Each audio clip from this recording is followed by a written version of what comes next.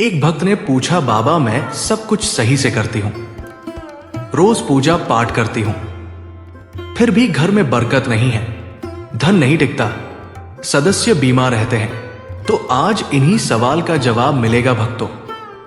घर के मंदिर में जलने वाले दीपक घंटी रोज धोने वालों गौर से सुन लो, वरना पूरा घर हो जाएगा बर्बाद। आप सभी का दिल से, आत्मा की गहराइयों से स्वागत है।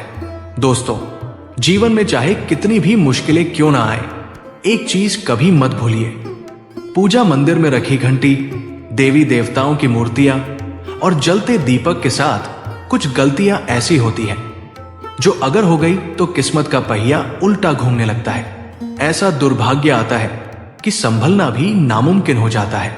घर में बरकत रुक जाती है, खुशियां सूख जाती हैं और गरीबी ऐसे कदम जमा लेती है कि चाहकर भी हटती नहीं।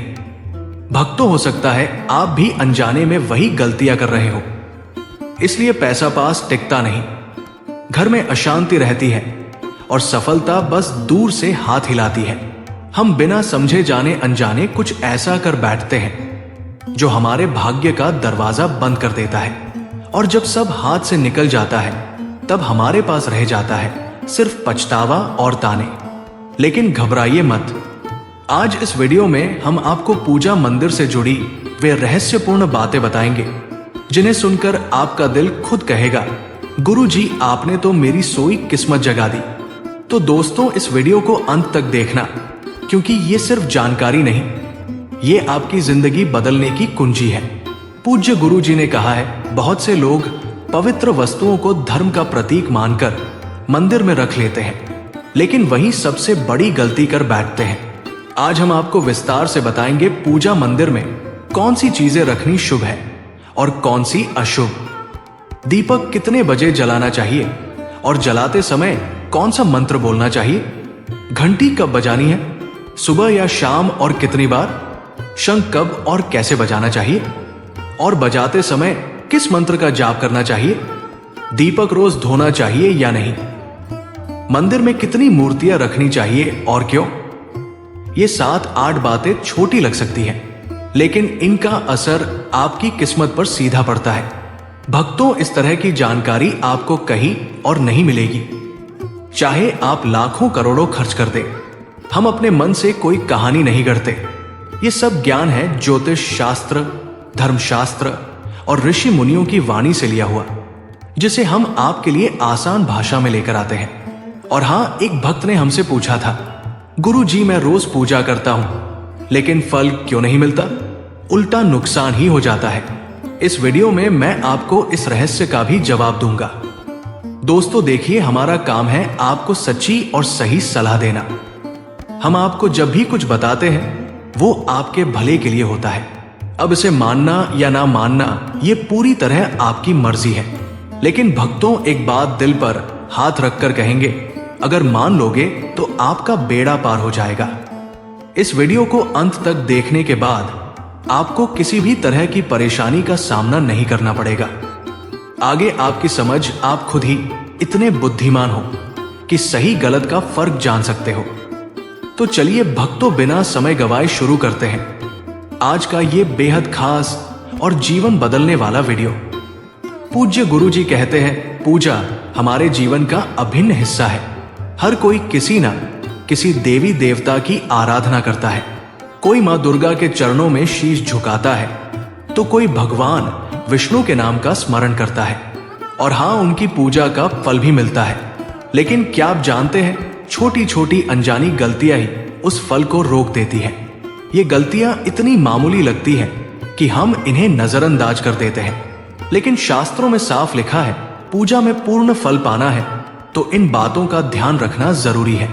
आज हम बात करेंगे घर के मंदिर में दीपक और घंटी के सही उपयोग के बारे में। क्या दीपक को रोज धोना चाहिए या हफ्ते में 1-2 बार? धातु का दिया हो तो कब और कैसे साफ करना चाहिए? मिट्टी के दीपक का सही समय और सही अवसर कौन से हैं? मंदिर में किस प्रकार की घंटी का उपयोग सबसे शुभ माना जाता है? घंटी कब बजानी है, कितनी बार बजानी है और क्या शाम की पूजा में घंटी बजाना उचित है?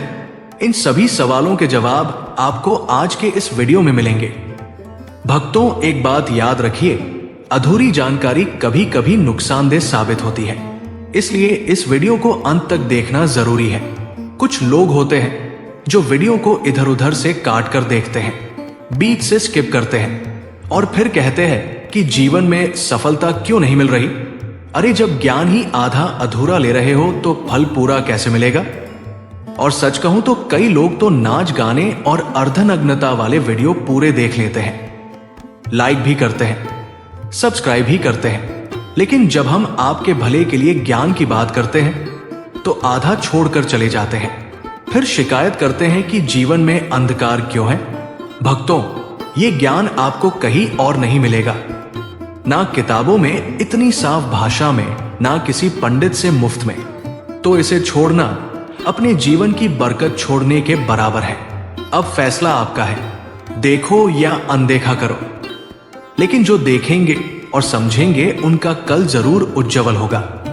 तो चलिए भक्तों, बिना और सफाई दिए शुरू करते हैं आज का ये पवित्र और जीवन परिवर्तनकारी सफर। भक्तों, सबसे पहले बात करते हैं मिट्टी के दिए की। ये साधारण सा दिखने वाला दिया वास्तव में शुभता और पवित्रता का प्रतीक है। दिवाली हो, कोई धार्मिक पर्व हो या फिर कोई बड़ा अनुष्ठान, मिट्टी का दिया जलाने का अपना ही महत्व है। घर के मंदिर में या दरवाजे के पास जब इसे जलाया जाता है तो ऐसा लगता है मानो लक्ष्मी माता खुद आपके आंगन में प्रवेश कर रही हो। लेकिन भक्तों, ध्यान दीजिए, जब ये दिया मंदिर में रखा जाता है तो इसके नियम बदल जाते हैं। मिट्टी का दिया एक बार जलाने के बाद दोबारा मंदिर में नहीं रखना चाहिए। हर बार नया मिट्टी का दिया ही उपयोग करना शुभ माना गया है। ऐसा करने से वास्तु दोष दूर रहता है और घर में बरकत बनी रहती है। अब आगे इस वीडियो में हम जानेंगे मंदिर की घंटी से जुड़े हुए रहस्य, जो शायद आपको पहले कभी नहीं बताए गए। तो भक्तों, वीडियो को अंत तक जरूर देखिएगा। और हाँ, एक छोटी सी विनती, अगर अभी तक आपने हमारे चैनल को सब्सक्राइब नहीं किया है तो कर लीजिए और वीडियो को एक प्यारा सा लाइक जरूर दीजिए। साथ ही अपनी राशि या शुभ नाम कमेंट में जरूर लिखें, क्योंकि हम समय समय पर राशि से जुड़े भाग्य और परेशानियों को दूर करने के अचूक उपाय बताते हैं।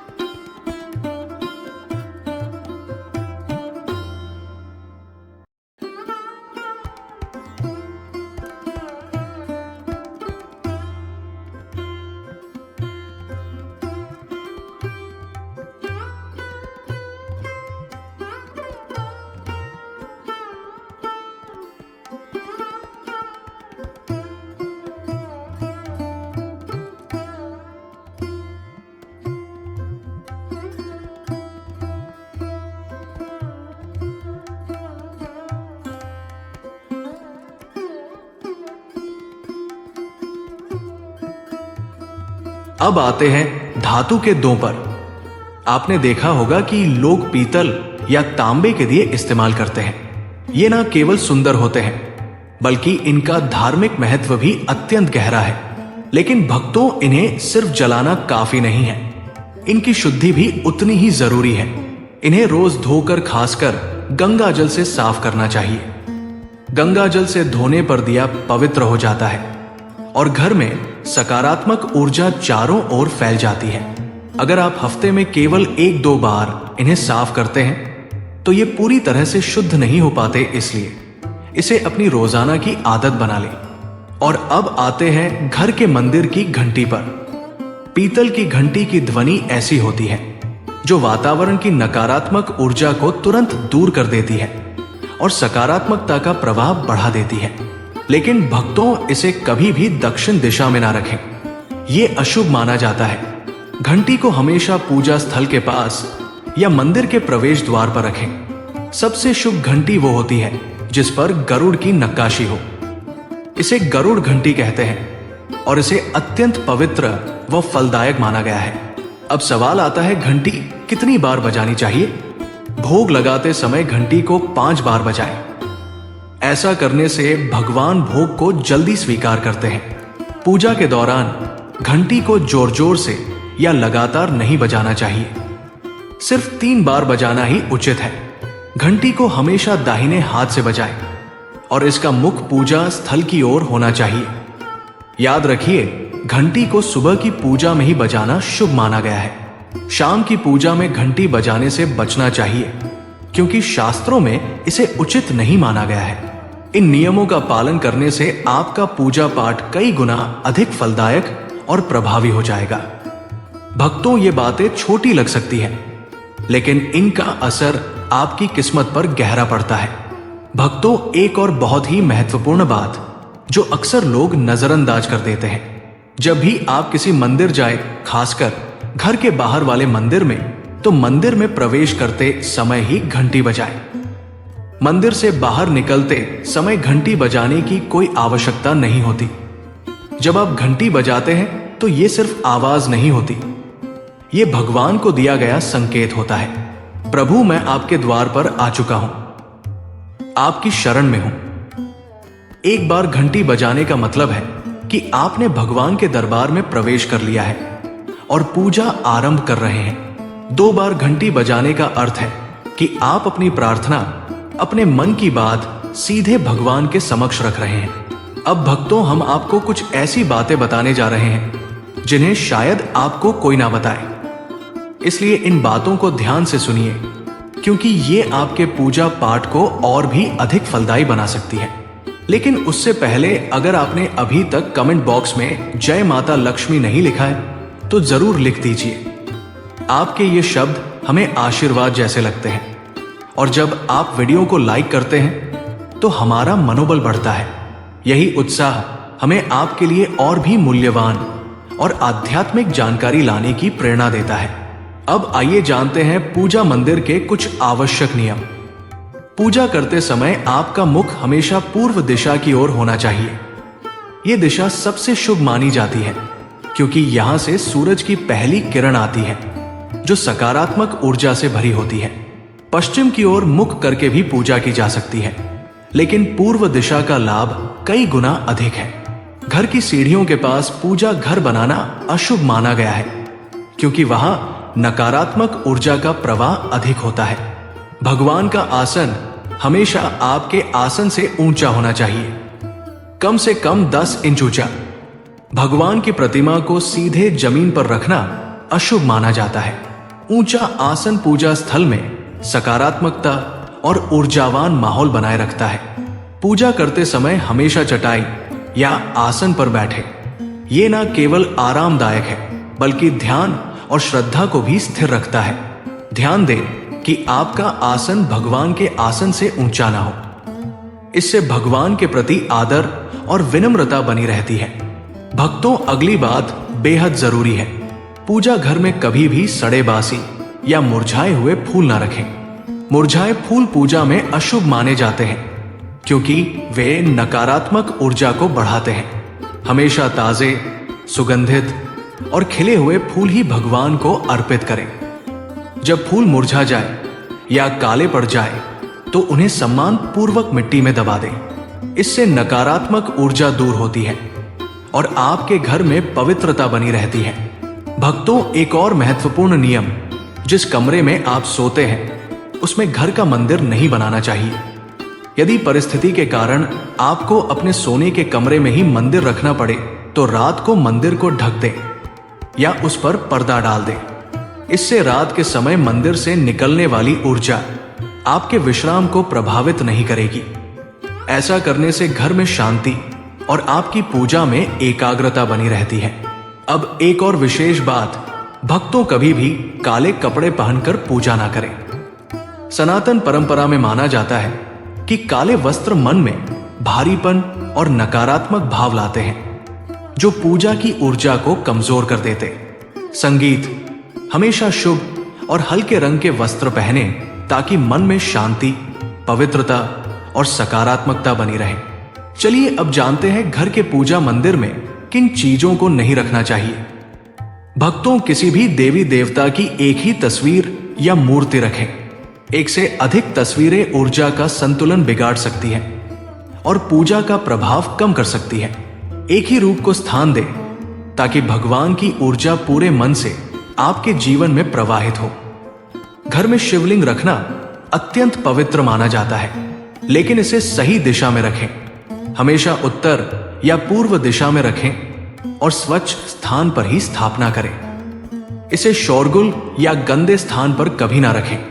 भगवान की टूटी हुई मूर्तियां या फटी तस्वीरें पूजा स्थान से तुरंत हटा दें। टूटी मूर्ति पवित्रता को कम करती है और सकारात्मक ऊर्जा के प्रवाह में बाधा डालती है। इसे शास्त्र सम्मत तरीके से त्याग दें। शंख भगवान की कृपा का प्रतीक है। गोमती चक्र से घर में समृद्धि आती है और जल से वातावरण शुद्ध होता है। जल को रोज बदलें और इन पवित्र वस्तुओं को हमेशा साफ रखें। रोज पूजा स्थल की सफाई करें।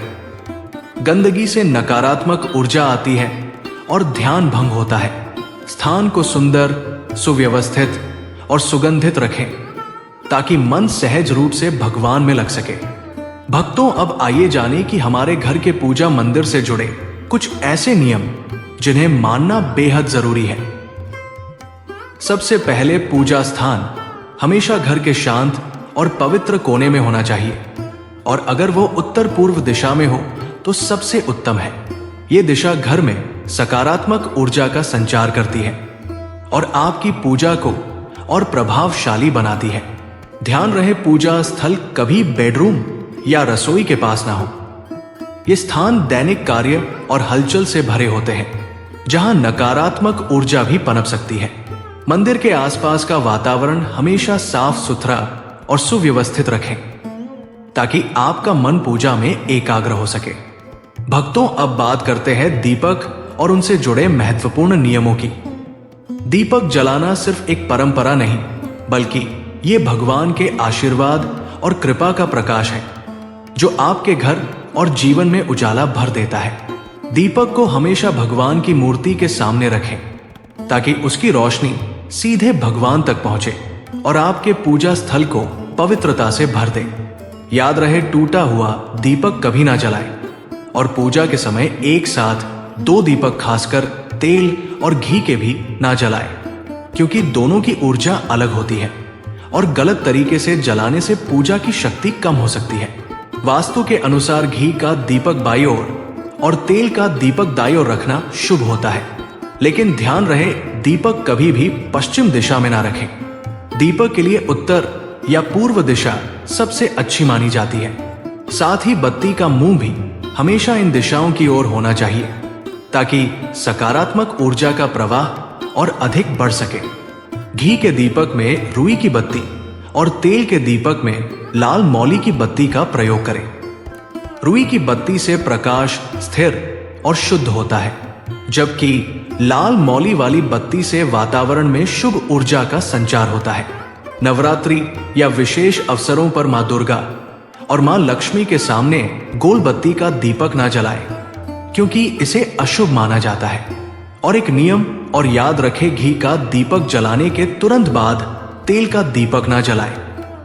इनके बीच थोड़ा अंतर रखें ताकि वातावरण में संतुलन और पवित्रता बनी रहे। इन छोटे छोटे नियमों का पालन ना सिर्फ आपके घर में शांति और समृद्धि बनाए रखेगा, बल्कि आपकी पूजा को भी अधिक फलदायी बना देगा। भक्तों, अब छठवीं बात ध्यान से सुनिए। दीपक हमेशा उसी समय जलाना चाहिए जब भगवान जाग रहे हो, जैसे सुबह के शांत और पवित्र समय में जब पहली किरणें धरती को छूती है, उस समय पूजा करते हुए दीपक जलाएं। फिर शाम को आरती के समय जब दिन की थकान ढल रही हो और वातावरण शांत हो रहा हो, उस समय का दीपक वातावरण को और भी पवित्र कर देता है। ये दोनों समय सिर्फ पूजा के लिए ही नहीं, बल्कि ध्यान और आत्मिक ऊर्जा को महसूस करने के लिए भी सर्वश्रेष्ठ होते हैं। इन पलों में दीपक जलाने से घर में सकारात्मक ऊर्जा का प्रवाह बढ़ता है और आपका मन भी निर्मल होता है। 7वीं बात, भक्तों, दीपक जलाना केवल धार्मिक नियम नहीं है। वास्तुशास्त्र और ज्योतिष शास्त्र में भी इसका गहरा महत्व बताया गया है। दीपक जलाने से न केवल घर में सकारात्मक ऊर्जा का संचार होता है, बल्कि ये हमारे जीवन के साथ चक्रों को संतुलित करता है। ये नकारात्मकता को दूर करके वातावरण को शुद्ध करता है और आपके मन को शांति प्रदान करता है। दीपक की हल्की स्थिर लो, मानो भगवान का आशीर्वाद आपके जीवन को रोशन कर रही हो। इसलिए भक्तों, जब भी आप दीपक जलाएं, ऊपर बताए गए सभी नियमों का पालन जरूर करें। यही नियम आपके जीवन में भगवान की कृपा को स्थायी बनाएंगे और घर में सकारात्मकता का प्रवाह निरंतर बनाए रखेंगे। प्रिय भक्तों, अगर आपको ये ज्ञान और अनुभव अच्छा लगा हो तो कमेंट में जरूर बताएं। अगर आप माता लक्ष्मी के सच्चे भक्त हैं, उनका प्रेम, आशीर्वाद और सदा आपके घर में वास चाहते हैं, तो इस वीडियो को दिल से लाइक करें, हमारे चैनल को सब्सक्राइब करें और कमेंट में जय लक्ष्मी माता जरूर लिखें। याद रखें, ये बातें जनरुचि को ध्यान में रखते हुए साझा की गई है। ज्योतिष और धर्म के उपाय अपनी आस्था और विश्वास के साथ अपनाएं। हमारा उद्देश्य आपको सही दिशा और बेहतर सलाह देना है, कोई दावा करना नहीं। दोस्तों, अगर ये वीडियो आपको पसंद आया हो तो इसे जरूर लाइक और सब्सक्राइब करें। धन्यवाद और माता लक्ष्मी की कृपा सदा आप पर बनी रहे। संगीत।